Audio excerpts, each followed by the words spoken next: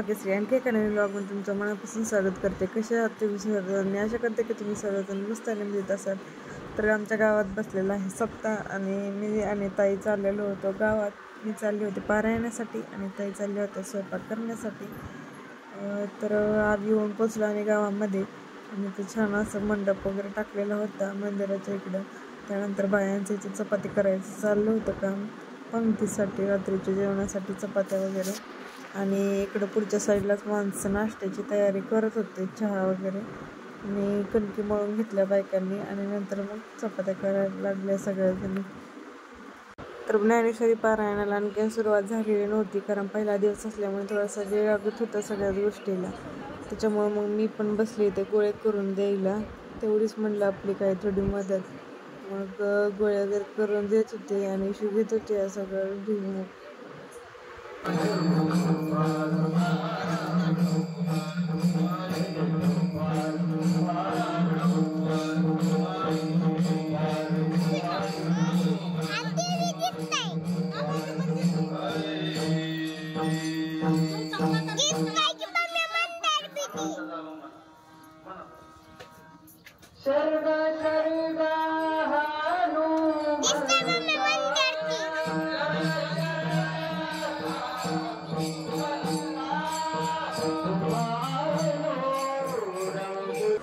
त्यानंतर पारायणाला इथे सुरुवात झाली आणि आम्ही सगळ्याजणी बसलेलो होतो पारायण वाचायला. आणि थोड्या वेळ वाचल्यानंतर मग नाश्त्यासाठी थोडासा ब्रेक होता, थोड्या वेळा 10-15 मिनिट. तर मग त्यामध्येच मग पोह्याचा नाश्ता आणि चहा वगैरे घेतला आम्ही. आणि नंतर मग आणखी ज्ञानेश्वरी पारायण वाचायला बसली होती. आणि शिकून होते अशा हर्षीला घेऊन आलेली होती मी. त्यानंतर मग घरी आल्यानंतर सुजाताला आहे ना अशी मेहंदी काढली होती मी. तिचा एंगेजमेंटचा कार्यक्रम होता. तर सुजाता आली माझ्याकडे मेहंदी काढण्यासाठी. तर काढून झालेली आहे तिला मेहंदी. आणि कशी वाटते ते पण सांगा मला नंतर कमेंट करून. तर सुजाता आहे उद्याच्याला साखरपुडा, तर त्यासाठीच तिने काढलेली आहे मेहंदी वगैरे. आणि ती आहे तिची बहीण हाय कर. आणि ते इशीचं पण चाललेलं आहे, तिचं पण चाललंय मेहंदी काढायचं. तिला काढायला लागली मेहंदी तर ती पण काढती. काढली का ग इशू? बघू दोनदा काढून दोनदा धुतली, आणखीन चालू.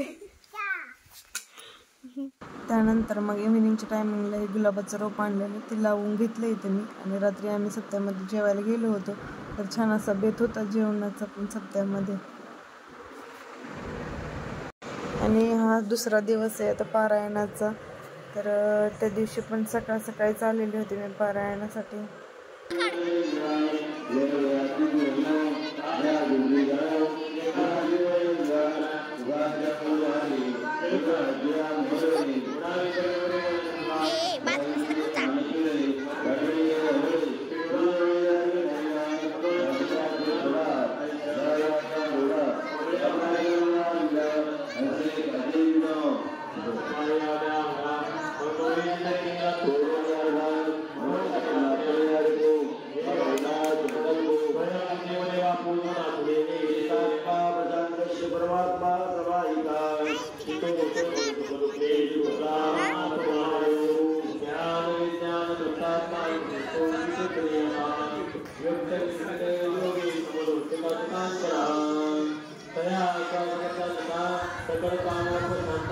परमात्मा